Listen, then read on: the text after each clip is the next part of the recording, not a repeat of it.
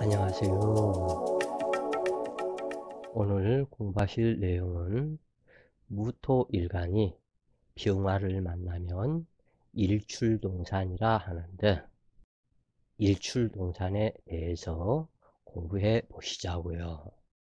기부명리, 청간론 비결, 자연의 실상, 일출동산. 무토가 병화를 만나면 편인으로 편모가 된다. 어느 사주나 일간이 편인을 만나면 눈치가 빨라지고 임기응변에 능하다. 편모는 아버지의 첩을 상징하여 자신이 정실이 되지 못하고 첩으로 살아야 하는 한을 자식인 무토에게 물려주려 하고, 언제 본처에게 쫓겨나고 아버지에게 구박당할지 모르는 위험 속에 살아가므로 변덕, 사치, 요사함, 화려함 등이 나타난다. 이것을 보고 자란 당주 역시 편인의 성질을 담게 되어 변덕, 사치 기운이 강하게 되고 묵직감이 떨어지지만, 병화는 천역마이고 무토는 중후함이니 무토와 병화의 관계는 무난한 관계로, 태산의 자욱한 안개 속에 태양이 떠오르는 형상의 아름다운 관계이다. 그러나 병화에서 무토를 바라볼 때는 몸이 건조하여 마음에 썩 드는 자식은 안 될 것이다. 그렇다고 해도 수기가 왕성하다면 병화에게 무토는 아는 구모가 되기에 서로가 상생하는 기람이 있다. 그런데 이때 이제 한 가지 두셔야 할 것이 있다 그래요. 무토가 병화를 만나서 무토태산에 병화 태양이 화창하게 떠있는 격에 해당이 되어서 좋기는 좋으나, 이 부분에서 자칫 여러 번 얘기를 했지만 이 무토가 어떠한 지지를 깔고 왔느냐, 여기에 따라서 다 모든 것이 틀리다 그래요. 가령 무인으로 왔다면 병화 태양이 인중에서 장생으로 떠 있기 때문에 이 어머니, 나의 모친의 친가는 비록 이 병화가 편인이라고 하지만 이 어찌되었건 이 무토가 병화를 만난 관계를 설명하는 그러한 장르이다 그래요.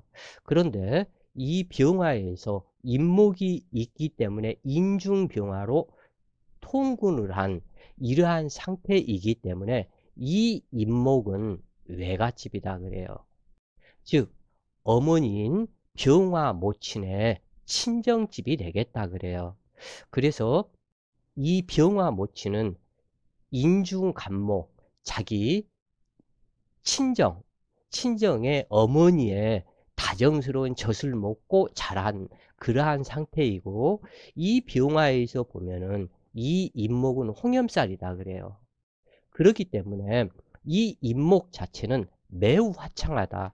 그러면 병화에서 인목을 봤을 때 홍염살이기 때문에 이 병화에서 자기의 인수, 이 병화 모친의 공부하는 학문성이 밝고 화려하고 환한 그 학문성을 공부한 어머니이다 그래요. 그리고 이때 이 무토가 비로소 무토태산의 안개가 자욱한 무토태산이 되는데, 이제야 비로소 무토태산에 이 병화 태양이 안개를 모두 날려버리고 무토 본연의 밝고 중중함, 무게 있는 중중한 모양을 나타내기 때문에 무토 역시도 이때서야 자기의 힘과 역량을 드러내려고 한다 그래요.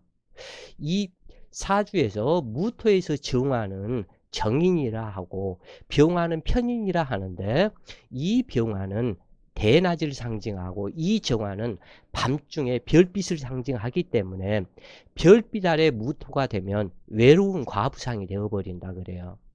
그렇기 때문에 이 무토와 정화의 관계는 어쩔 수 없이 좋은 관계라고는 하지만 말 그대로 어쩔 수 없는 그러한 관계이다. 그래서 이 무토는 병화 태양으로 말미암아 밝고 화창한 기운이 되는데, 그 이유는 이 인목이 있어서 이 인목에 이 병화가 홍염살의 젖을 먹고 자란 그 밝고 화창한 그 공부를 무토에게 물려주고 전해주기 때문에 무토 역시 밝고 화창한 사람이다. 그 얘기예요, 이게. 다만 한 가지, 너무 건조해질 수 있기 때문에 수기가 있어야 한다 그래요.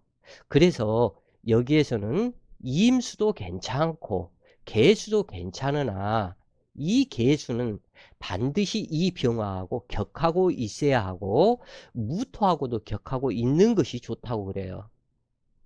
그렇기 때문에 이 구성이 구성상에 여러 가지 문제가 있게 된다 그래요. 그래서 이 차라리 개수가 아니라면 자수가 한 글자 있거나 아니면 해수가 한 글자 있는 것이 좋은데, 될 수 있으면 이 해수는 임목하고 근접하지 않는 것이 좋다. 해인합이 육합으로 근접해서 사이가 좋은 부부합으로 좋다고 말은 하지만 이 부분이 서로가 묶여버린다 그래요. 그래서 묶이는데 이 부분이 인월, 묘월, 해자축 월에 태어났다면 묶이는 현상이 더욱더 강하고 이 임목은 말만 홍염살에 이 병화를 생한다고 그러지만 묶여있는 상태 속에서 승목으로 변질이 되어버리기 때문에 이 임목은 그대로 이 병화를 제대로 생할 수가 없다 그래요. 왜 그러냐면 이 임목도 그렇고 해수도 그렇고 서로 합을 탐하는 마음으로 변질이 되기 때문에 이 병화를 생하는 마음이 적다 그런 얘기예요. 그래서 특히 이러한 부분에서 예를 들어서 갑진일주였었다. 이 갑진일주가 유금을 만나서 이 원래는 진토가 갑목의 착근처라고 그래요. 그래서 나이가 50대 나이를 해당하며 능수능란한 실력을 발휘하는 이 갑목이 되는데, 이것은 왜 그러냐면은 이 진토를 만나면 진중 무토 편재의 재물과 이 진중 계수 정인이 있기 때문에 매우 이 갑목이 진토에 뿌리 내리기가 가장 좋다고 그래요. 또한 이것은 돌산도 아니고 아주 거름기 많은 땅이 되기 때문에. 그런데 이 진토가 갑목의 뿌리 통근쳐야 할, 그리고 재물이 되어야 할 진토가 유진합을 해버리기 때문에 이때 이제 나타나는 그것이 갑목의 통근처 역할을 안 한다 그래요. 이 진토가. 그러면 이 간목 입장에서는 외로워져 버린다 그래요. 마찬가지로 이 무토가 병화를 만났고 임목이 있을 때 해인합을 해버리면 문제가 이익보다 손해가 더 많다고 그래요. 그리고 또 한 가지는 이 부분은 지금 관성을 당겨온 지금 현재 무토에 재물을 당겨온 거죠. 그냥 해인합이 됐다면. 그러면은 내 재물을 활용을 해서 무언가를 내 사업체, 직장, 직업, 먹고 살 그것을 만들기 위해서 내 재물을 관에다 투자했다 하는 그것이 된다 그래요. 이 부분은. 그런데 이 부분은 갑진일주가 유진합을 했는데 이 유가 개유시라고 치면, 개유시를 만났다면 신중개수이기 때문에 나의 모친 이기는 하지만 이 부분이 또는 시주에서 태어났기 때문에 나의 자식이기도 하다 그래요. 그런데 유진합으로 꽉 묶여버리기 때문에 개수의 근작용도 안 할 뿐더러 간목의 근작용도 안 할 뿐더러, 만약에 이게 그 한겨울에 태어났다면 이 개수가 진도식 작용을 한다 그래요. 이 간목이 나아가는 앞길을 막아버리는 역할이 된다 그래요. 그리고 이 유금으로 왔기 때문에 유금은 치지이다. 그러면 유진합을 했으면 내 자식의 육신과 합을 했다. 또는 이 간목이 여자였을 때 이 유금은 남편인데 남편과 유진합을 해가지고 서로 간에 일사무석이 돼버리면 서로가 서로를 원망하는 살성으로 변해버린다. 겨울에 태어났기 때문에 더더욱.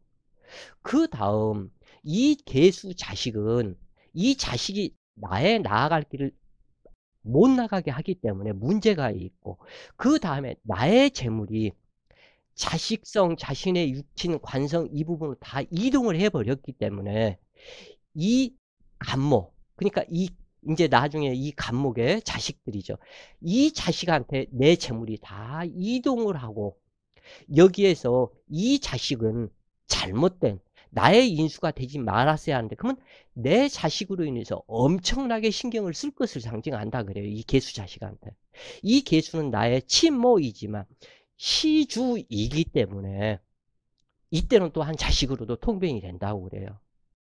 그래서 만약에 이 부분이 이렇게 해묘합 또는 묘미합, 이러한 부분은 묶이지 않는 상태로 작용을 하면서 언제든지 지인 삼합이 되기 전에는 묶이지 않기 때문에 아무런 상관이 없지만, 이 육합은 부부간의 합이기 때문에 묶여버린다 그래요. 그래서 안 좋다 이것이. 문제가 안 좋을 때는 큰 문제로 나타난다고 그래요.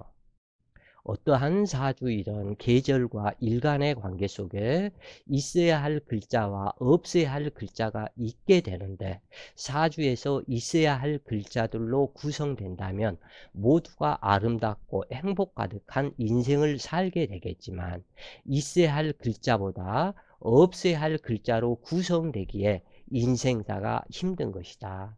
어떠한 육친이든 사주 구조에 따라 희신과 귀신으로 나누어진다. 이것이 우주의 본질로서 이것이 음양이기에 어찌할 수 없다. 아무리 좋은 산삼보약도 필요할 때만 보약이 되기 때문이다. 사주원국에서 병화가 귀신인지 용신인지가 무엇보다도 중요하다. 병화는 태양이고 무토는 안개이므로 다소 조열한 느낌으로 처음에는 전전긍긍하며 많은 고생을 할 수도 있다. 그러나 안개는 만물의 생동감을 주는 습기이고, 태양은 습기를 제거한 후 만물을 드러내 밝게 하는 역할이므로, 처음에는 고난이 있다 해도 나중에는 좋아질 길조가 있어서 점진적으로 좋아지는 명운이다. 이때 간목이 함께하면 주어진 능력을 충분히 발휘하는데, 병화가 길신암장이면 귀하고 길신태루라면 천한 명이 된다. 그러나 가을이나 겨울에 태어났다면 이때는 천간투출이 길한 것이니, 오로지 계절과의 관계 속에 반드시 있어야 할 필요한 글자가 되어주는 것이 더욱 길하다. 그러나 병화가 기신으로 화염조토가 된다면 무토는 황사먼지 날리는 땅으로 사막으로 변하고, 목기가 뿌리 내릴 수 없으므로 목기는 서인장과 같아서 소득이 공허한 승려명과 같을 뿐이다. 그러므로 여명은 남편 덕이 부족하고 부군작첩을 하는 쇠약한 남편을 만나 고통만 준다. 남명이라면 종교심이 깊은 승려가 되거나 호색음란하여 지독히 인색한 구두쇠로 환영받지 못하는 사람이 되고, 부부지간은 견우직녀성 발동으로 부부 해로할 수 없으며 자식의 효도 역시 기대하기 어렵다. 그러나 이때 지지에 암장되어 있다면 흉신 암장으로 피해가 적고, 천간이 혼잡 투출되었다면 의심이 많고 걱정을 사스하는 경향이 강하며 매사 기회주의로 자기 것만 챙기는 성향이 있어서 타인의 눈총을 받고, 사치와 허례허식이 강하며 불평불만이 많아서 고독하고 외로운 성격으로 인간관계가 불안하며 계략을 잘 꾸미지만 초지일관하지 못하는 용두사미가 된다. 자기의 잘못을 인정하지 않고 남의 탓으로 돌리며 나서기를 좋아하고, 남의 일에 참견을 잘하여 즉흥적인 일을 벌이고, 중도 포기를 잘하며 스스로 과장하여 자기 꾀에 빠져 화를 당한다. 대체로 신경이 예민하여 솔직하지 못하고 숨기는 것과 비밀이 많으니 유선적인 가면으로 포장하는 것에 능한 임기응변과 눈치가 빠르다. 또한 괴상한 망상과 행동으로 망신이 따르는 경우가 많으며 부부관계에 불화가 많고 변태성 욕구가 발생한다. 그래서 이 병화가 시신이냐 귀신이냐 여기에 따라서 운명의 희노애락이 매우 크게 발생한다 그래요. 그래서 가을이나 겨울에 태어나고 병화가 투관이 되면 매우 반가운 성분이 되지만 여름에 태어나서 병화가 투관이 되었다면 이때는 귀신이 될 것이니 어머니를 거역하고 어머니를 쳐내는 작용으로 나타난다 그래요. 그렇기 때문에 시신이냐 귀신이냐 이 부분 판단을 제일 먼저 하는 것이 중요하다 그래요. 그래서 월지에 따른 각기 천간에 변화하는 점, 그 부분을 비부명리 중구편 책에 기록을 했고, 또한 고구편 책에서는 각기 천간과 월지와의 배합에 따른 그 부분을 따로 구분을 했고, 이 천간론 비결은 천간 대 천간의 성향, 이 부분으로 구별을 했기 때문에 이 전체를 이해하시려면 중구편과 고구편, 천간론 비결 이 책을 갖다 본다면 아마 틀림없이 지지의 관계, 천간의 관계 이 부분을 확실하게 알게 되어서 진정한 명리 공부가 될 것이다 그래요. 자, 오늘 또 좋은 시간 되세요. 파이팅!